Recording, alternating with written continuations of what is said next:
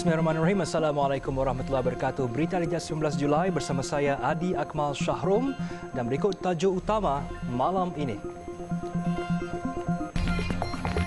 3 maut dalam MPV ketika tidur.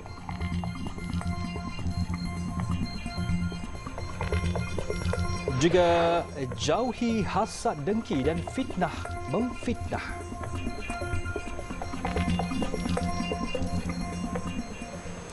Ambil tindakan segera sebelum menjadi parah. Itu gesaan penduduk beberapa kampung di Muazzam Shah Rompin yang mendakwa sebuah kilang memproses bateri yang menyebabkan pencemaran bau. Dalam perhimpunan aman yang disertai kira-kira 80 orang itu, mereka turut mendakwa kilang yang berjarak kira-kira 3 km dari penempatan penduduk beroperasi tanpa kelulusan serta pernah disita beberapa bulan lalu. Menurut Ketua Kampung Orang Asli Buloh Nipis, Musani Hassan, penduduk menyatakan kebimbangan akan kesan jangka panjang yang bakal terjadi kepada penduduk sekiranya perkara itu tidak dibendung segera. Kita tengok asap melambung je naik kan. Jadi bila sampai dekat kampung, bau memang tak boleh tahan bau kan. Ni orang sekitar ni pun dah macam ada yang sakit paru-paru kan. Jadi sekitar ni ada batuk. Jadi benda ni serius lah kan. Jadi saya haraplah pihak berkuasa dan pihak-pihak yang mempunyai kuasa mengambil serius lah dalam mengatasi masalah ni. Itu je lah. Saya berharap sangatlah tu. Manakala pengerusi Jawatan Kuasa Pengurusan Kemajuan Kampung Orang Asli JPKKOA Kampung Buloh Nipis, Manan Ahoy berkata, pihaknya bimbang masalah kesihatan penduduk terutama membabitkan kanak-kanak kerana mendakwa asap yang dilepaskan disyaki mengandungi bahan kimia berbahaya. Manan berkata dia percaya asap yang dilepaskan itu mengandungi plumbum yang boleh memberi risiko kerosakan terhadap jantung, otak dan sistem saraf selain boleh membawa maut akibat terdedah kepada pencemaran logam berat tersebut. Tak kisah dia nak beroperasi tu, tapi dia buat sistem dengan lebih baik lah. Sistem lebih selamat lah untuk semua penduduk di sini lah. Kan, kata dia pun kita tak tahulah dia dapat kelulusan ke tidak kan. Tapi kalau dia nak beroperasi tu, dia buatlah lebih sistematik lah. Lebih selamat. Tak apa kalau lebih cantik pun dia dapat pindah lebih jauh pada sini lagi lebih baik lah kan. Itu. Seorang lagi penduduk Sabaruddin Jusoh berharap kilang yang sering berpindah randa itu diambil tindakan segera oleh pihak berkuasa sebelum isu tersebut menjadi lebih parah. Mana operasi ini dia berpindah-pindah. Sekejap tempat lain, sekejap tempat patah balik sini, lepas tu pergi balik. Jadi memang menjadi masalah yang besar pada sistem pernafasan kita. Bila tank terbakar, jadi kita bimbang masalah ni akan mengganggu pada anak-anak kita, penduduk kampung lah semua. Mana dengan pencemaran bau yang amat busuk. Jadi kita berharap pihak tertentu dapat mengatasi perkara ini dengan seberapa segera. Kerana ini kepentingan kesihatan penduduk. Sementara itu, Ahli Parlimen Rompin, Datuk Abdul Khalid Abdullah yang turut bersama penduduk berkata, beliau berjanji akan membawa perkara ini ke pengetahuan Menteri Sumber Asli, Alam Sekitar dan Perubahan Iklim, Nik Nazmi Nik Ahmad untuk penyelesaian. 3 individu ditemukan maut di dalam sebuah kereta jenis Pro 2 Alza di hentian sebelah Yongping arah selatan malam semalam. Pemangku Ketua Polis Daerah Batu Pahat, Superintenden Syahrul Anwar Musyaddad Abdullah Sani berkata, kesemua mangsa yang merupakan warga negara Myanmar dipercayai berhenti rehat dan tidur dalam kereta berkenaan di tempat kejadian. Tambah Superintenden Syahrul Anwar Musyaddad, siasatan awal mendapati kesemua mangsa dalam perjalanan dari Genting Highlands menuju ke Taman Air Biru Pasir Gudang. Terdahulu, Komander Operasi Balai Bomba dan Penyelamat BBP Pagoh, Pegawai Bomba Kanan 2, Suhairulair Sarip berkata pihaknya menerima panggilan kecemasan berhubung kejadian itu pada pukul 8.59 malam. Sebaik tiba di tempat kejadian, mangsa 2 lelaki dan seorang wanita yang pada mulanya dikatakan terperangkap di dalam kereta telah dikeluarkan oleh orang ramai dengan memecahkan tingkap kereta. Beberapa saksi yang datang membantu mangsa memaklumkan mereka menyedari kereta berkenaan diletakkan dalam tempoh masa agak lama dengan penyaman udara dihidupkan dan kesemua cermin serta pintu berkunci. Hasil pemeriksaan, kesemua mangsa disahkan meninggal dunia sebelum dibawa ke Hospital Sultanah Nora Ismail HSNI Batu Pahat untuk pemeriksaan lanjut serta proses bedah siasat bagi mengetahui punca kematian. Bagaimanapun, siasatan awal polis mengklasifikasikan kes sebagai kematian mengejut sementara menunggu laporan bedah siasat. Ketua Pegawai Eksekutif Perbadanan Menteri Besar MBI Kedah dan seorang wanita yang merupakan pengarah sebuah syarikat ditahan SPRM. Ia bagi membantu siasatan kes rasuah serta salah guna kuasa membabitkan isu perlombongan unsur nadir bumi REE lebih 13 juta ringgit. Kedua-dua suspek yang berusia 63 dan 40 tahun itu direman 3 hari hingga 21 Julai ini selepas ditahan semalam di sekitar Alustar Kedah serta Ibu Negara. Perintah tahanan reman kedua-dua individu dikeluarkan Magistrate Wan Syahidah Abdul Rahim di Alustar dan Magistrate Nur Syakirah Cik Hashim di Shah Alam. Syarikat wanita terbabit dipercayai telah menjalankan aktiviti perlombongan itu secara haram sejak 2020 dan mendapat perlindungan daripada pihak berkuasa tertentu. Siasatan yang dijalankan berjaya mengesan beberapa pembayaran disyaki rasuah berjumlah lebih 13 juta ringgit yang diberikan oleh syarikat terbabit sebagai sogokan bagi melindungi kegiatan itu dalam tempoh 2020 hingga 2023. Syarikat milik wanita itu juga dipercayai telah mendapat kelulusan sejak 2016 bagi menjalankan projek pembangunan ladang hutan pokok getah Klon Balak TLC di 2 kompartmen di Kedah dengan menanam semula pokok-pokok getah Klon Balak. Selain itu, syarikat yang sama telah mengemukakan permohonan kepada Kerajaan Negeri Kedah bagi menjalankan aktiviti perlombongan REE dalam kompartmen sama pada 2020. Bagaimanapun, setakat ini tiada kelulusan diberikan oleh Kerajaan Negeri berhubung permohonan syarikat tersebut.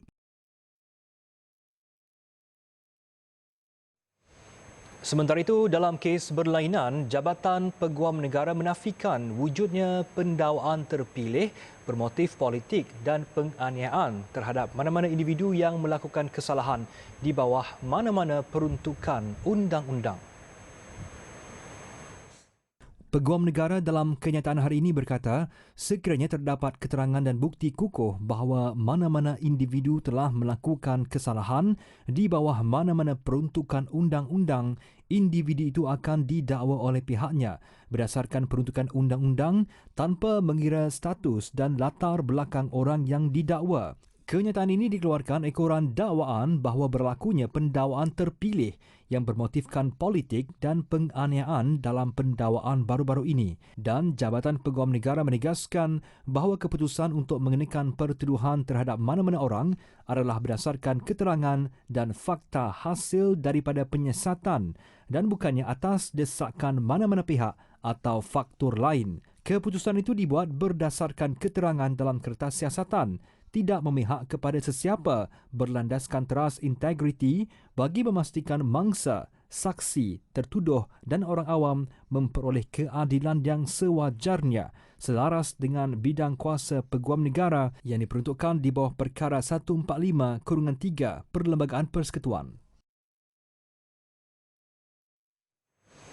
Bekas Ketua Pengarah Institut Kefahaman Islam Malaysia IKIM, Datuk Dr. Abdul Monir Yaakob dinobatkan sebagai tokoh Ma'al Hijrah bagi peringkat kebangsaan 2023-1445 Hijrah.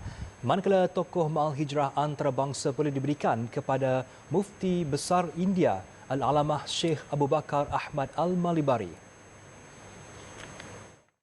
Pengumuman itu dibuat Ketua Pengarah JAKIM Datuk Hakimah Muhammad Yusof pada majlis sambutan Ma'al Hijrah di Pusat Dagangan Dunia Kuala Lumpur siang tadi.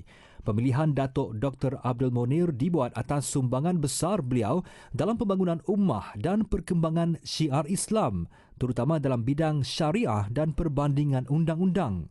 Setiap orang mendapat anugerah, mesti dia bangga dan gembira. Betul tak? Macam kita pejabat, ada cemerlang. Surely kita rasa bergembira, dan saya sebagai as a Muslim, as a scholar, kita bersyukurlah. Berarti pertama syukur pada Allah. Kedua, kita merasakan bahawa apa yang kita buat tu orang appreciate. Sementara itu, Mufti Besar India yang dinobat sebagai tokoh Ma'al Hijrah peringkat antarabangsa 1445 Hijrah merupakan pengasas Pusat Pendidikan Jamiah Markaz yang ditubuhkan pada 1978 yang memberi khidmat pendidikan dan kemanusiaan. Majlis penyampaian hadiah dan sijil penghargaan kepada tokoh Ma'al Hijrah disampaikan oleh Yang di-Pertuan Agong As-Sultan Abdullah Riayatuddin Al-Mustafa Billah Shah, disaksikan oleh Perdana Menteri Datuk Seri Anwar Ibrahim dan Menteri di Jabatan Perdana Menteri Hal Ehwal Agama Datuk Dr. Muhammad Naim Mokhtar. Sementara itu, Yang di-Pertuan Agong As-Sultan Abdullah Riayatuddin Al-Mustafa Billah Shah dalam titahnya mahu agar rakyat menjauhi perasaan hasad dengki dan amalan fitnah-memfitnah. Dan di sini kita menasihatkan, jauhilah perasaan hasad dengki, fitnah-memfitnah, dan jauhlah berfikiran judgemental, sempit dan negatif. Ini kerana ia tidak akan mendatangkan faedah pada bangsa dan negara. Baginda dalam pada itu turut menyeru agar rakyat mengambil ibrah penghijrahan junjungan besar Nabi Muhammad SAW, semangat kesatuan, perpaduan tanpa mengira latar belakang agama, bangsa dan adat resam diterapkan di negara ini.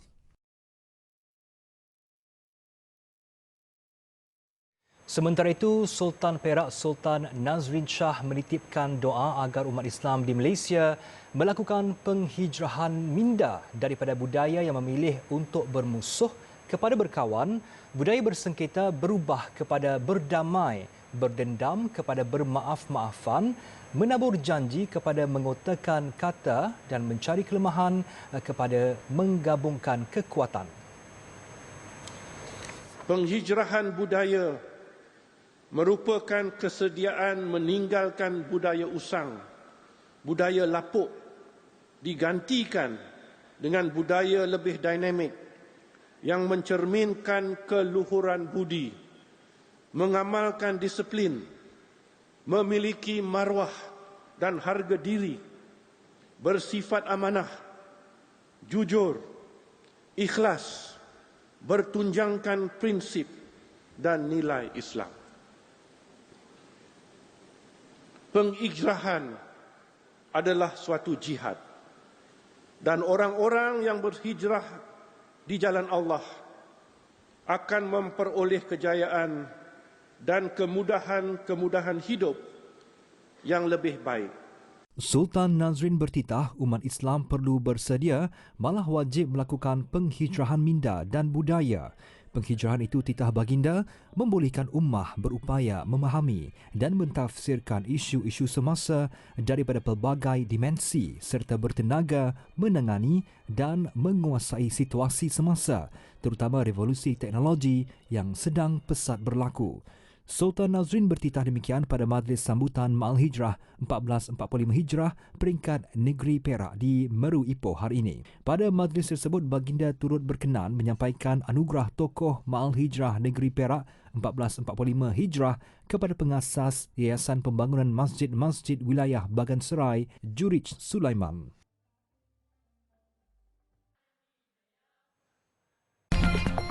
Selepas ini, sejauh mana pemikiran rakyat kita 2023?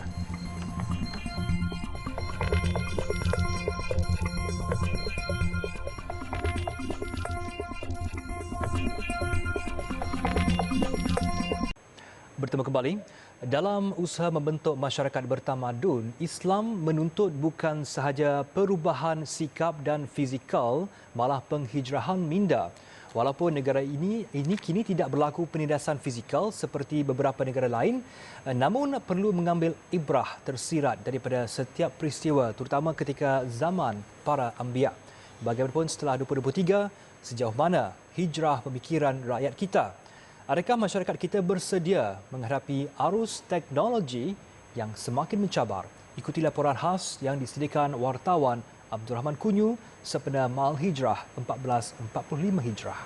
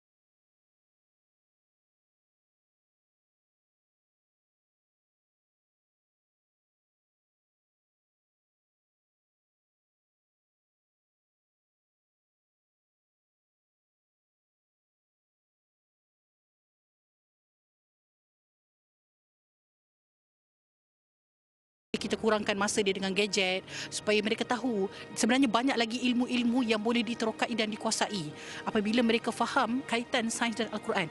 Dalam menuju era pembangunan pesat ini, masyarakat khususnya umat Islam perlukan perubahan budaya berfikir namun tidak meninggalkan agama agar dapat mewujudkan modal insan seimbang yang berkemahiran tinggi, kreatif, inovatif, kompetitif dan berhemat tinggi. Penghasilan buku sains, teknologi, engineering dan matematik yang berteraskan Al-Quran semestinya membuka ruang minda untuk mendalami ilmu Al-Quran terutamanya kepada generasi muda. Dan ini merupakan satu penghijrahan pemikiran ke arah yang lebih baik agar mampu melahirkan generasi ulul albab. Laporan Abdul Rahman Kunyu untuk Berita Al-Hijrah.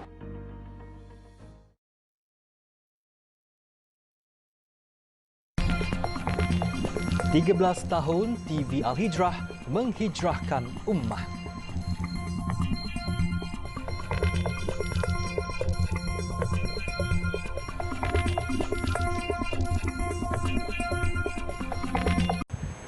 Bertemu kembali. Selepas 10 tahun bersiaran secara langsung di TV Al-Hijrah, program Cinta Ilmu yang diterbitkan sebanyak ribuan episod kini tampil dalam bentuk terbitan buku bagi tujuan rujukan. Pelancaran bersejarah itu disempurnakan Menteri di Jabatan Perdana Menteri Haluan Agama pada sambutan ulang tahun TV Al-Hijrah ke-13 di Pusat Penyiaran Digital stesen itu petang tadi. Buku yang syarat dengan pengisian kandungan ibadah, fiqh dan akidah akan dipasarkan bermula esok di Shopee dan platform TikTok. Saya selalu sebut, saya petik apa nasihat daripada Nabi Allah Yaqub AS pada anak dia bila Nabi Yaqub kata ya bunayya la tadkhulu min babin wahidin wadkhulu min abwabin mutafarriqah. Wahai anak aku, janganlah kamu masuk pada satu pintu saja.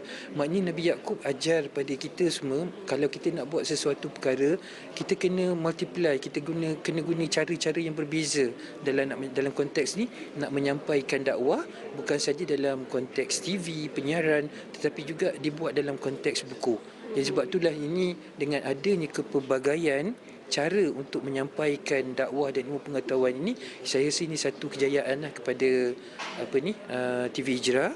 Turut hadir pada pelancaran buku itu petang tadi, pengerusi TV Al-Hijrah Khairul Ngadirun. Buat permulaan, ia dicetak sebanyak 1,500 buah dan akan menggandakan jumlah cetakan mengikut permintaan pasaran. Ia juga boleh didapati di kedai-kedai buku utama di seluruh negara termasuk Sabah dan Sarawak. Cinta Ilmu yang mempunyai 12 musim setiap tahun sejak dari tahun 2011 merekodkan rating tertinggi dan mendapat sambutan memberangsangkan dari penonton.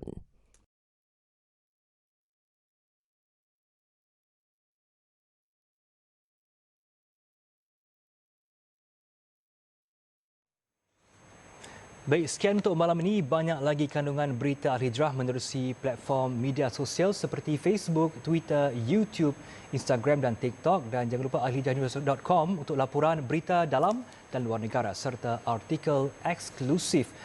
Baca dan fahami buku adab berbeza pendapat dalam Islam. Semoga kita mendapat ilmu dan manfaatnya. Baik, kami warga Berita Al-Hijrah ingin mengucapkan salam Ma'al Hijrah kepada semua umat Islam. Juga terima kasih atas sokongan anda selama 13 tahun bersama TV Al-Hijrah. Saya Adi Akmal, satukan rumah dengan ilmu bagi memperkasa Malaysia Madani. Assalamualaikum. 13 tahun bersama anda. Antara paparan agenda hijrah kali ini, kami merakam detik bersejarah. Anggota keselamatan harus berada 100 langkah di hadapan bagi menjaga kedaulatan negara. Menggembara demi laporan berita. Ini merupakan antara lokasi yang terkesan akibat gempa bumi yang melanda Syria. Tidak kira tempatan mahupun antarabangsa. Menyentuh hati nurani, membina nilai insani, bertunjangkan nilai Islami, menjana insan bermaklumat, selaras visi dan cita-cita negara. Setiap hari tanpa jemu, kami meneroka media baru, mengadaptasi perkembangan semasa. Terima kasih atas kesetiaan anda. 13 tahun yang indah, Berita Al-Hijrah.